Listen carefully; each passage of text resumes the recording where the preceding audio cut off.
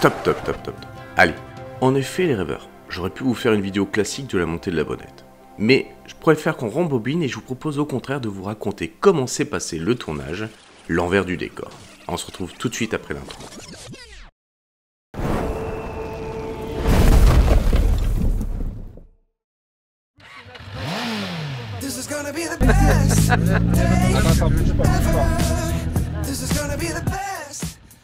Vous avez vu le début de la vidéo?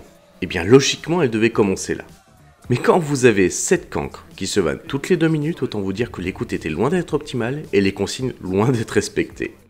Alors on va devoir remonter un peu plus haut dans la vallée afin de commencer ce tournage. Le but étant de présenter 7 motos équipées EPCO et Becker, grâce à la mienne qui pour l'occasion était équipée de 2 caméras, des GoPro 10 installées à l'avant et à l'arrière de ma belle. Et bien évidemment mixer tout ça avec des images drone.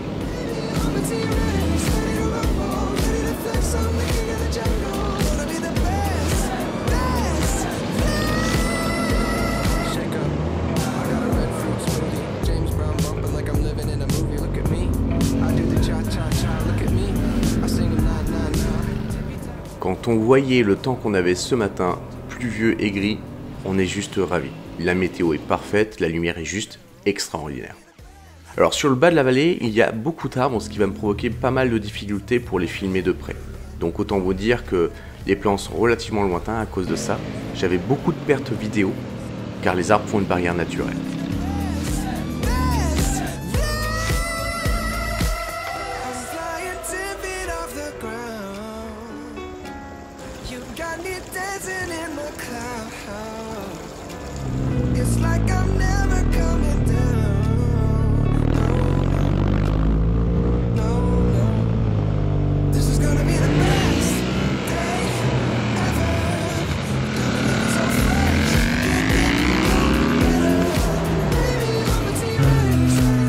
Comme vous avez pu le remarquer, dans cette vidéo, il y a des plans de groupe et des plans où les motards sont en solo.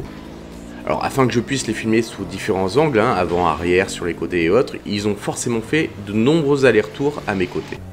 Alors cela implique beaucoup d'énergie et de patience pour eux et souvent à la fin d'un tournage, les participants ils sont vités.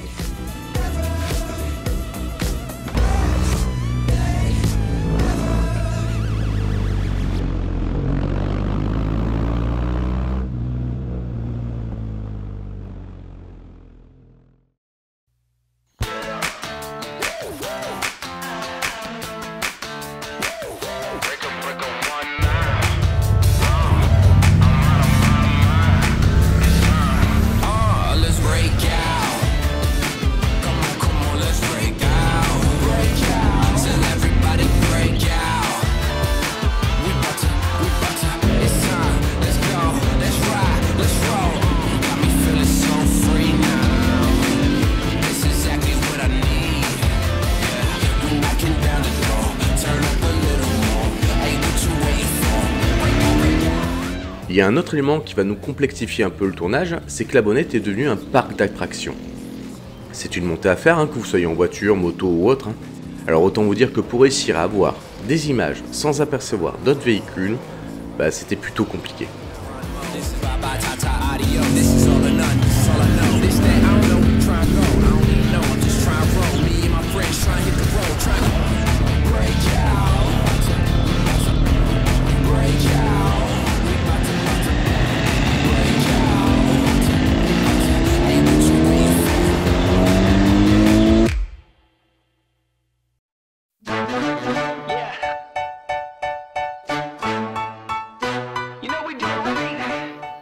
Quand nous sommes arrivés au lac des Essopres, c'était juste formidable. Un espace grandiose s'ouvrait à nous et c'est d'ailleurs à cet endroit que nous avons fait de nombreux allers-retours pour avoir les images de motards en solo. A savoir, pour obtenir des images correctes avec la GoPro, il faut absolument que je reste à une distance très faible du motard, c'est quasiment 2 mètres, donc autant dire que je colle réellement le motard devant moi, ce qui peut être relativement stressant pour quelqu'un qui n'est pas habitué.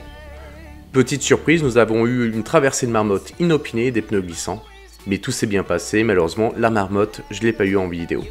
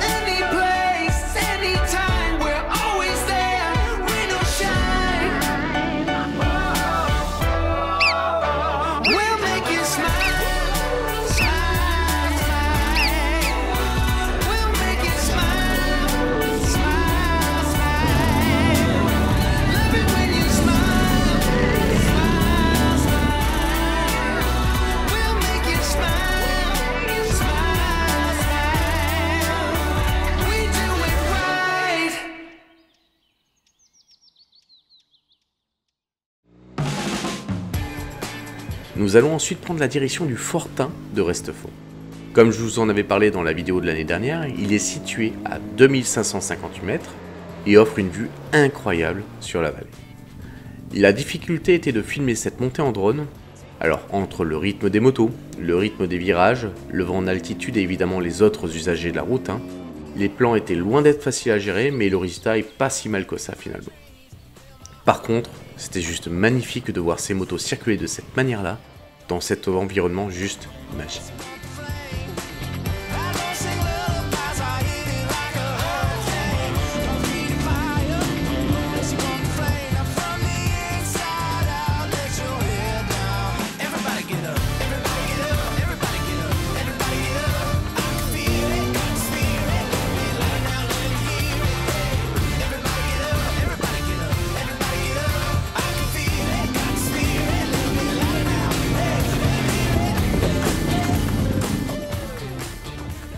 Quand je les ai rejoints au Fortin, j'ai été impressionné par ce monument qui avait connu la guerre, où d'ailleurs un nombre incalculable de militaires ont séjourné.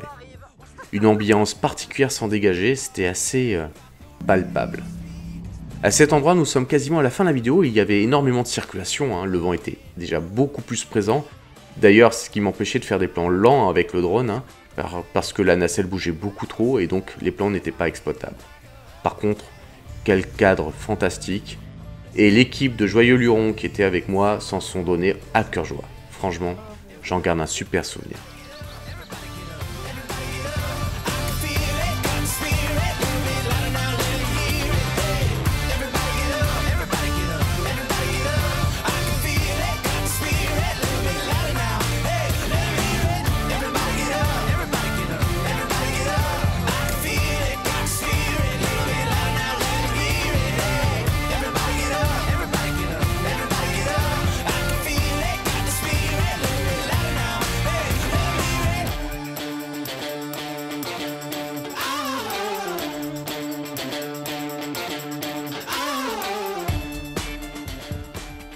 Nous entamons notre dernière ligne droite. Alors il faut savoir qu'au sommet du col de la Bonnette, il est totalement interdit de faire voler un drone. Les plans que vous voyez sont donc des éléments que j'ai ajoutés pour donner du rythme à la vidéo. Autre chose, le drone n'enregistre strictement aucun son. Donc tous les éléments que vous entendez dans une vidéo lorsque vous voyez un plan drone sont des éléments qui sont forcément ajoutés. Vent, oiseaux, bruit de moto, etc. etc.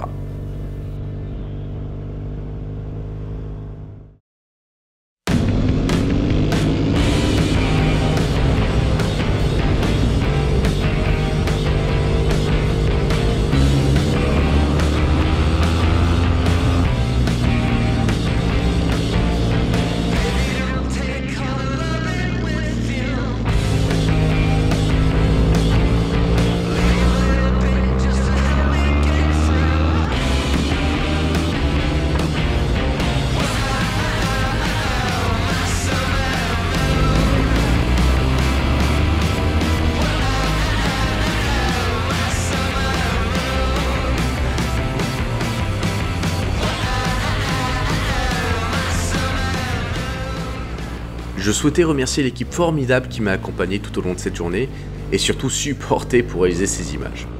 Alors ce que je vous propose désormais, c'est de découvrir le film, celui qui est destiné à Epco et Becker, donc c'est une petite pub de moins de 3 minutes. Et à savoir, donc là vous avez vu une vidéo de 12 minutes et au préalable j'avais plus de 2h20 de vidéo à trier pour pouvoir tout simplement réaliser cette même vidéo de 3 minutes. Donc j'espère que ça vous plaira et on se retrouve tout de suite après.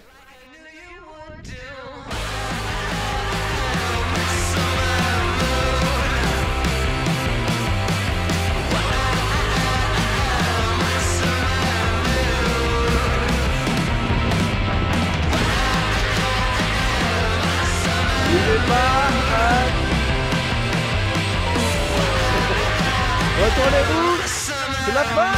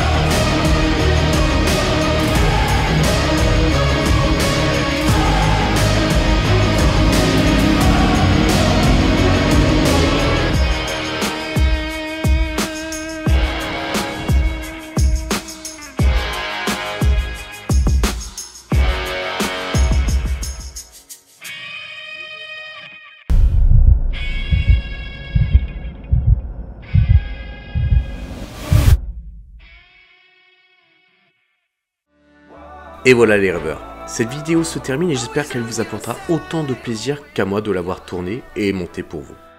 N'oubliez pas de vous abonner, de liker, de partager, de commenter en masse cette vidéo si elle vous a plu. Je ne peux que vous inviter forcément à découvrir le matériel Epco et Becker qui équipe ma moto et bien d'autres, en allant directement sur le site Freddy Speedway Accessories. Et je vous dis à très vite pour la prochaine vidéo, ce sera du off-road et les paysages seront encore une fois à couper le souffle. A bientôt.